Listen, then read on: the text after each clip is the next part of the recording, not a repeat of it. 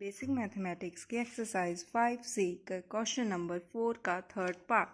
तो हमारे पास क्वेश्चन गिवन है, find the coordinates of the points of intersection of the line x plus y is equal to 2 with the circle x square plus y square is equal to 4।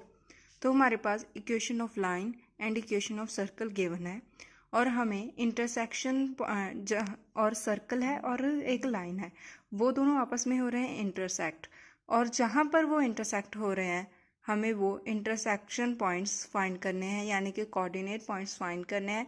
तो हमारे पास coordinate points क्या होते हैं? तो हमारे पास coordinate points होते हैं x, y। Coordinate points x, y question mark, यानी कि हमें कोऑर्डिनेट पॉइंट्स को फाइंड करना है। उसके अलावा हमें इक्वेशन ऑफ सर्कल गिवन है। इक्वेशन ऑफ सर्कल हमारे पास है x square plus y square is equal to 4। इसे हम मान लेते हैं इक्वेशन 1। उसके अलावा हमें मालूम है इक्वेशन ऑफ लाइन, जो हमारे पास गिवन है x plus y is equal to 2। इसे मान लेते हैं इक्वेशन नंबर 2। तो इस सम को सॉल्व कैसे करेंगे? क्योंकि हमें इंटरसेक्शन पॉइंट्स फाइंड करने हैं, हमारे पास दोनों इक्वेशंस x एंड y की फॉर्म में है और हमें x y की वैल्यूज़ ही फाइंड करनी है। तो इस पर हम सिंपली सब्सटीट्यूशन मेथड लगाएंगे, यानी कि एक ही इक्वेशन में से x या फिर y दोनों में से किसी एक की वैल्यू निकालेंगे और दूसरी इक्वेशन में पुट कर देंगे। इस केस में हम लाइन की इक्वेशन में से वैल्यूज़ निकालेंगे x y की और सर्कल में पुट करेंगे, क्योंकि सर्कल की इक्वेशन में x की स्क्वायर है, y की स्क्वायर है।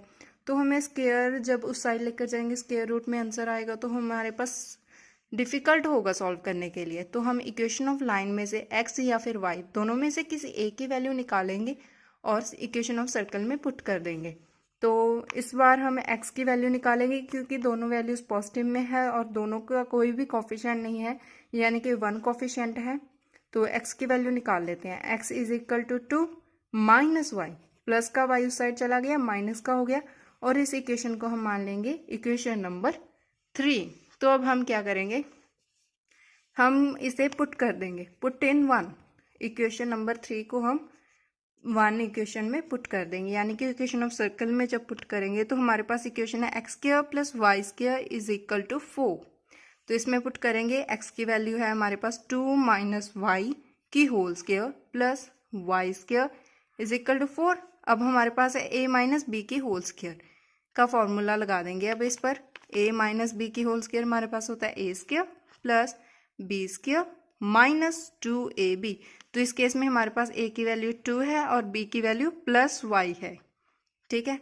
और जो नेगेटिव है ये तो हम फार्मूला में यूज़ करेंगे 2 के आगे। तो लगाते हैं फार्मूला, a की स्क्वायर यानी 2 की स्क्वायर प्लस b की square minus 2ab, a into b plus y square as it is equal to 4। और अब हम इसे करेंगे फर्दर सॉल्व। 2 की स्क्वायर होता है 4 प्लस वाई की square, 2 into 2 4 into y minus का 4y plus y square is equal to 4। Y square हो गया 2y स्क्वायर। पहले हम वाई स्क्वायर वाली वैल्यूज़ लिखेंगे, उसके बाद अकेले y वाली, उसके बाद कांस्टेंट वाली, ठीक है। तो वाई स्क्वायर, उसके बाद 4y अकेला ही है तो माइनस का 4y प्लस का 4 इज इक्वल टू 4। ये वाला 4 इस साइड पॉजिटिव में है, इस साइड आएगा तो नेगेटिव में हो जाएगा। तो हमारे पास बन गया 2y square minus 4y plus 4 minus 4 is equal to 0। 4 के साथ 4 कट हो गया तो हमारे पास आ गया 2y square minus 4y is equal to 0। तो अब हम इसमें से 2 को निकालेंगे कॉमन, 2y को, क्योंकि इसमें भी y है इसमें भी y है। 2y कॉमन आ गया तो हमारे पास बचा y minus 2 is equal to 0। जब हम 2y को y के साथ मल्टीप्लाई करेंगे तो हमारे पास 2y स्क्वायर बन जाएगा, और जब हम 2y को 2 के साथ मल्टीप्लाई करेंगे तो बन जाएगा 4y, और नेगेटिव साइन आगे है तो माइनस का 4y, ठीक है। अब हम क्या करेंगे, जो ये वाला 2y है और y माइनस 2 है, इसको इक्वल टू 0 लेंगे अलग अलग। 2y is equal to 0, y minus 2 is equal to 0। तो यहाँ पर से हमारे पास y की 2 वैल्यूज़ आ जाएंगी, जैसे कि हमारे पास पिछले क्वेश्चन में होता था। हमारे पास जब पिछले वाले क्वेश्चन से फर्स्ट एंड सेकंड पार्ट इसका, तो इसमें तो हमारे पास यहाँ पर आकर एक क्वाड्रेटिक इक्वेशन बन जाती थी, साथ में एक हमारे पास यहाँ पर कांस्टेंट वैल्यू होती थी। लेकिन इस बार हमारे पास कोई कांस्टेंट वैल्यू नहीं है, तो हम क्वाड्रेटिक इक्वेशन भी नहीं बनी हमारे पास, तो हम फैक्टर्स नहीं बनाएंगे, सीधा इस तरह से कॉमन निकाल कर दोनों को अलग अलग कर देंगे। पिछली बार हमने फैक्टर्स निकाले थे, उसके बाद हमारे पास 2 ग्रुप्स बने थे, उसे हमने अलग अलग इक्वल टू 0 लिया था। ठीक है, तो यहाँ पर से y की वैल्यू निकालेंगे तो हमारे पास आएगा y इज इक्वल टू, यहाँ पर 2 मल्टीप्लाई में था, उस साइड गया डिवाइड में, 0 को किसी भी नंबर के साथ डिवाइड करेंगे तो 0, तो यहाँ पर आ गया y इज इक्वल टू 2, क्योंकि माइनस का 2 साइड गया प्लस का 2, y की वैल्यू 2। अब हम इन दोनों को पुट कर देंगे थर्ड इक्वेशन में, पुट इन 3। तो हमारे पास थर्ड इक्वेशन क्या है, x is equal to 2 minus y, क्योंकि हमारे पास अब y की वैल्यू आ गई, तो हम इसमें पुट करके x की वैल्यू भी इजीली फाइंड आउट कर सकते हैं। तो हमें x एंड y की वैल्यूज ही चाहिए थी, तो हम इसमें पुट करेंगे x is equal to 2 minus y है हमारे पास।